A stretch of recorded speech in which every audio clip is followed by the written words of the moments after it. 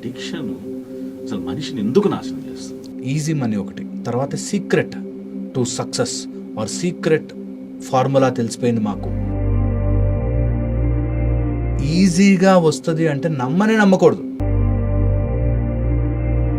ఎప్పుడైతే ఒక ఎమోషనల్ దాంట్లోకి తీసుకెళ్తామో ఆ ఎమోషన్తో మనం ఏదైనా చేస్తాం. కొండ ఎక్కడానికి ఎంత కష్టపడాలో డబ్బు సంపాదించడానికి, పేరు సంపాదించడానికి సమయము పడుతుంది.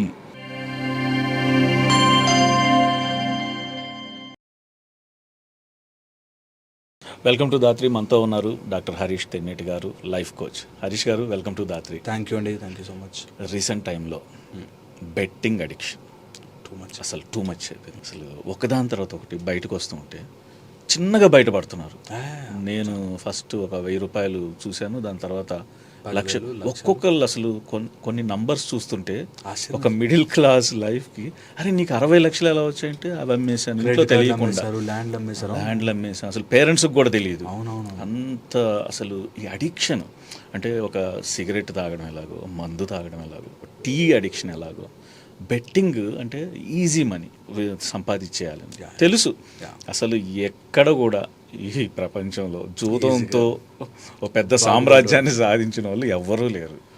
కానీ డబ్బు కోసం ఏమో అంటూ అంటే బిఫోర్ ఒక 20 years బ్యాక్ విన్నాం ఆ లాటరీ టికెట్లు ప్రతి ఒక్కరు ఇట్లా తెచ్చి ఇంట్లో కుప్పలు ఉండేటివి. అంటే వాళ్ళు ఒక 200 సంపాదిస్తే 150 రూపాయల వరకు ఈ టికెట్లకే ఖర్చు పెట్టేవాళ్ళు, ఎప్పుడు తగిలేదు కాదు. లైఫ్ అలా ఉండేది. దాన్ని చూసి చాలా గవర్నమెంట్స్ బ్యాన్ చేసేసాయి. బట్ ఇప్పుడు అంటే అడ్వాన్స్ టెక్నాలజీలో లూప్ హోల్స్ని యూజ్ చేసుకొని ఏదో ఒక విధంగా ఎంటర్ అవుతుంది. ఈ అడిక్షన్ అసలు మనిషిని ఎందుకు నాశనం చేస్తుంది? ఎప్పుడు అడిక్షన్ వైపు వీళ్ళు అసలు లొంగిపోతున్నారు? చాలా ఇంపార్టెంట్ అండి. డబ్బు విషయంలో కూడా ఎలాంటి వాళ్ళని ట్రాప్ చేస్తారు తెలుసా? వాడికి ఏదో కష్టం ఉంటుంది, ఇది చెయ్యగానే నీకు కోట్లు వచ్చేస్తాయి, ఇది చేయగానే నీ అప్పు కష్టాలన్నీ తీరుతాయి అన్న వాళ్ళనే ట్రాప్ చేస్తారు.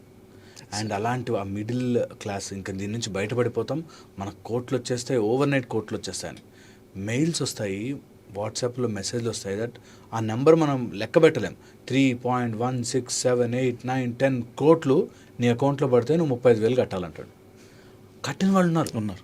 ఎంత ఆశ్చర్యం వేస్తుందంటే నీకు అంత ఈజీగా ఎవడు 3,1600 కోట్లు ఇచ్చేస్తాడు? ఎందుకు ఇస్తాడు నీకు అన్న సింపుల్ పాయింట్ మిస్ అయిపోతారు తెలుసా? ఎందుకు మిస్ అవుతారో, ఎందుకు అర్థం చేసుకోరో తెలీదు. ఇది ఎడిక్షన్గా మారుతున్న టైంలో వాళ్ళ మైండ్ పనిచేయదు. ఓకే, ఏముంది వచ్చేసింది, ఇంకొకటి పెడితే వస్తుంది, మీకు తెలియట్లేదు వస్తుంది, నా ఫ్రెండ్కి ఒకటికి వచ్చిందంటే నాకు వస్తుంది. వాళ్ళు అలాగే పిక్చర్ చేస్తారు. ఇంతమంది తెచ్చుకున్నారు, ఈరోజు 250 సంపాదించేశారు, 500 సంపాదించారు, 1000 ఫస్ట్లో 2-3 సార్లు ఇస్తారు కూడా. వచ్చాయి అనిపిస్తుంది, చూసా వచ్చాయి, 50 రూపాయలు పెట్టాను 2,000 వచ్చాయి, బాగుంది అనిపిస్తుంది. నెక్స్ట్ 5,000 పెడితే 1,00,000 వస్తాయి, తర్వాత 5 లక్షలు పెడితే 50 లక్షలు వచ్చేస్తాయి, సెటిల్ లైఫ్ అన్నట్టుగా ఉంటారు. అండ్ వీళ్ళు వీక్ మైండ్ మీదే కొడతారు. వీక్ మైండ్ ఎవడైతే ఈజీ మనీ వస్తుంది, ఈజీ మనీ అస్సలు రాదు. ఈజీ మనీ ఒకటి, తర్వాత secret to success or secret formula తెలిసిపోయింది మాకు అని స్టాక్స్లో దిగిన వాళ్ళు ఎంతమంది ఉన్నారో నాకు తెలిసి. సార్ ఒక మంచి టెక్నిక్ ఉంది సార్, సీక్రెట్ టెక్నిక్ సార్, అది క్యాండిల్ ఎటు పోతుందో తెలుస్తుంది, ఈ పీక్ ఎటో ఏదో తెలుస్తుంది అని చెప్పి చేస్తారు. ఒరే సీక్రెటే తెలిస్తే నీకెందుకు చెప్తారా? వాడే చేసుకుంటాడు కూర్చుని. ఎగ్జాక్ట్లీ. ఎంత ఫూలిష్నెస్ అంటే అంత ఫూలిష్నెస్. మా దగ్గరకు వస్తారు, అసలు ఏ రోగము రాకుండా ఏదైనా చెప్పండి, మా మెడిసిన్ ఇవ్వండి అన్నట్టుగా. స్వామీజీల దగ్గరికి వెళ్తారు, గురుగారు ఏదైనా మంత్రం చెప్పండి, దాంతో ఇట్లా నాకు సిద్ధి రావాలి. రావు. ఈజీగా వస్తుంది అంటే నమ్మకూడదు. అసలు అది ఫస్ట్ బెల్ మనం మోగాలి. అదేంటది, నువ్వే తీసుకోవచ్చు కదా, నాకెందుకు ఇస్తున్నావు అన్నది చాలా ఇంపార్టెంట్, చాలా ఇంపార్టెంట్. 1 సెకండ్, ఈ ఈజీ మనీకి అలవాటు పడిపోయిన వాళ్ళు ఏంటంటే నా చుట్టుపక్కల వాళ్ళని శత్రువులు చేసుకుంటారు. నేను ఎదుగుతుంటే వీళ్ళు నన్ను ఆపేస్తున్నారు, వీళ్ళకి అర్థం కాదు. నా తెలివి ఎంత తెలివి అంటే నేను స్టాక్స్లో ఎంత క్యాలిక్యులేటెడ్గా ఉంటానంటే ఆ కోర్స్ చేసేసాను, నాకు చాలా డబ్బులు వచ్చేస్తాయి అని చెప్పి నా తెలివి చుట్టుపక్కల ఫ్యామిలీ వాళ్ళని చెడు చేసుకుంటారు. ఓన్ ఫ్యామిలీని చెడు చేసుకుని వాళ్ళ దగ్గర నుంచి చెప్పకుండా డబ్బులు తీసుకుని వాళ్ళకి తెలియకుండా, ఎందుకంటే డబ్బులు పెడతాను అంటే ఎవడు ఒప్పుకోడు కదా, ఎందుకంత పెడుతున్నావు అని చెప్పి, అందుకని దొంగతనంగా చేస్తారు. ఓకే, ఈ ఎడిక్షన్ అయిన వాళ్ళకి there is a loop in their mind. Okay, ఈ లూప్ ఎలా వస్తుందంటే ఒక థాట్, ఒక ఈవెంట్ తర్వాత ఫీలింగ్, ఎమోషన్. ఎప్పుడైతే ఇవి దాటిపోయి ఎమోషన్లోకి వెళ్ళిపోతారో ఆ ఎమోషనల్లో పెట్టేస్తారు. ఒకసారి ఒక ఇలా స్టేజ్ మీద ఒక మాట్లాడుతున్నాడు, ఇలాంటి వాళ్ళు మన కులాన్ని నాశనం చేస్తారా, వీళ్ళని వెళ్ళి కొట్టాలి అనగానే అందరూ పరిగెట్టుకెళ్ళి ఆ కులం వాళ్ళు ఈ కులం వాళ్ళని కొట్టుకోవడం, ఆ మతం వాళ్ళు అది కూడా హిస్టరిక్. అలాగా ఎప్పుడైతే ఒక ఎమోషనల్ దాంట్లోకి తీసుకెళ్తామో ఆ ఎమోషన్తో మనం ఏదైనా చేస్తాం. ఒక అమ్మాయి మీద ఎమోషన్ కావచ్చు, డబ్బు మీద ఎమోషన్ కావచ్చు, లేకపోతే ఒక చిన్న ఫుడ్ హ్యాబిట్ మీద ఎమోషన్ కావచ్చు. కంపల్సరీగా దాన్ని ఐడెంటిఫై చెయ్యాలి. అలా ఏదైనా ఎమోషనల్గా నేను పడిపోతున్నానంటే ఆగిపోవాలి అక్కడే, లేకపోతే చాలా లోతుకు పడిపోతాం. ఈ ఎమోషనల్ డ్రాప్ జారుడు బండ లాంటిది, జారిపోతాం. You can never come up. అది ఇంటెన్షనల్గా బై మిస్టేక్ కొండెక్కేసానండి అని ఎవరు అంటారు, బై మిస్టేక్ జారిపడ్డానండి అంటారు. అందుకని కొండ ఎక్కడానికి ఎంత కష్టపడాలో, డబ్బు సంపాదించడానికి, పేరు సంపాదించడానికి, లేకపోతే మంచి మార్గంలో నీ ఉద్యోగం ద్వారా డబ్బు సంపాదించుకోవడానికి సమయము పడుతుంది. ఈజీగా రాదు కానీ తెలివితో వస్తుంది. నువ్వు తెలివి వాడి చాలా జాగ్రత్తగా చేయాలి. ఇందులో ఉండే ఇంకొక ప్రాబ్లం ఏంటంటే మొత్తం పెట్టేస్తారు. అసలు ఇంకా బ్యాకప్ ఏంటి, ఒకవేళ ఇది పోతే ఏంటి, దీని తర్వాత నాకు ఏంటి స్టెప్ అని ఆలోచించరు. వచ్చేస్తుంది కంపల్సరీ పెట్టే. దీనిలో ఉండే ఒక క్వాలిటీ నవ్ అండ్ మోర్ అంటారు. ఓకే, ఎప్పుడైనా ఎడిక్షన్ చేసేవాళ్ళు నవ్ అండ్ మోర్, ఇప్పుడే కావాలి, ఎక్కువ కావాలి. మందు తాగే అలవాటు కూడా అంతే. ఫస్ట్లో ఒక బాటిల్కి ఎక్కింది, 2 బాటిల్కి ఎక్కి, ఇప్పుడు 5 నేను కూర్చుంటే ఎంతనా తాగుతా నాకు ఎక్కదంటాడు. దట్ ఈస్ పిచ్చోడు అయిపోతున్నారు నువ్వు అని అర్థం. దట్ నీకు నవ్ ఇప్పుడే కావాలి. మళ్ళీ 6 అయిందంటే ఇంకా వాడు ఆగలేడు, వెళ్ళాల్సిందే అన్నట్టు. So now and more is a quality of addiction. నా ఇప్పుడే కావాలి అన్నాడంటే అది ఎడిక్షన్. నాకు ఇప్పుడు కాఫీ కావాలి, లేకపోతే తలనొప్పి వస్తుందంటే ఎడిక్షన్, వెంటనే ఆపేయాలి. ఓకే, నాకు ఇప్పుడే కోపం వస్తుంది, ఎడిక్షన్, ఆపేయాలి, వెంటనే ఆపాలి. సో ఎవరైనా కానీ నవ్ అండ్ మోర్ చాలా చాలా ఇంపార్టెంట్. తర్వాత లైక్ అండ్ వై, ఈ రెండింటిని చూసుకోవాలి. నాకు ఇష్టం జూదంలో పెట్టడమో, లాటరీ టికెట్ కొనడం ఇష్టము, కానీ ఎందుకు అన్నది ఎవరికి వాళ్ళు ఆలోచించుకోవాలి.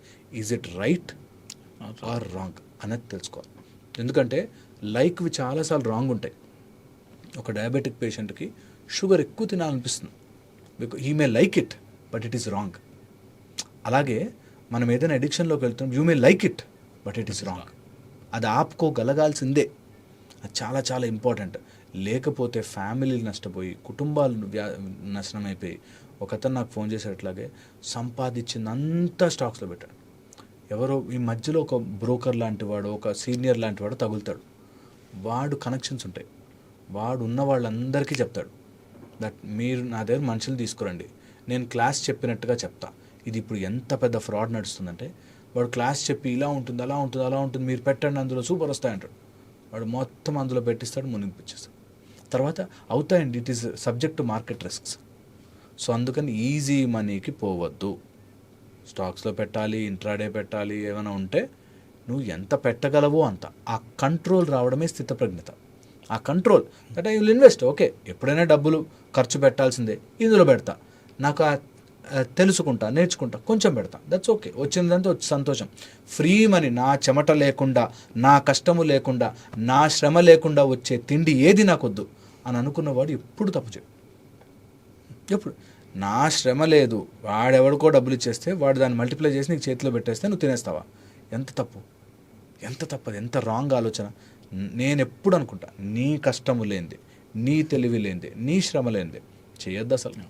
ఆ డబ్బు వద్దు, ఇచ్చినా కూడా ఇలా ఫోల్డ్ చేసి ఉండిలేసేది. నిజంగా ఇదే సక్సెస్ ఫార్ములా అయితే మీరు అన్నట్టు. ట్రూ. మన దగ్గర ఉన్న లక్షే ₹1,00,00,000 అయితే అంబానీలు వాళ్ళంతా ఆ కోట్లని 1,000 కోట్లు వేసుకుంటారు, నెలలో అయిపోవాలి. ఇంత చిన్న లాజిక్ ఎలా మిస్ అయ్యారు అని. అండ్ చాలామందికి ఇదే ప్రాబ్లం.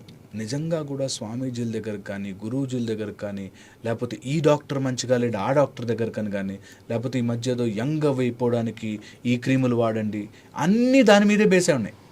దట్ అవ్వరు, అలా జరగదు, ఎప్పటికీ భూమి మీద ఉండిపోవు, ఎప్పటికీ నీకు ఎప్పుడూ ఆరోగ్యంగా ఉండలేవు, ఎప్పుడు నువ్వు హోమ్ ఫట్ అనగానే మంత్రాలు రావు. అసలు ఇప్పుడు ఈ మధ్యలో నిజంగా ఇలాంటివన్నీ చాలా ఎక్కువైపోయి, నాకు అదేదో చెప్పగానండి సీక్రెట్ అండి. మా దగ్గర మెడిటేషన్కి వచ్చేవాళ్ళు కూడా అంతే. నేను మెడిటేషన్ టీచ్ చేస్తే రెక్కలు వస్తాయా, ఎగిరిపోతాం, మాయమైపోతారు, ఈ టైప్లో అంటారు. మెడిటేషన్ ప్రశాంతంగా ఉండడానికి చేసుకోవాలి. దానికి ఏదో నేను మాయమైపోతే నాకు ఇవో అయిపోతుంది, నాకు దేవుడు కనిపించాడు, ఈ టైప్లో చెప్తాను. Very important. అలా కనిపించేదైతే నేనే చూస్తాను, నీకు నేర్పించను. Very very subtle simple point.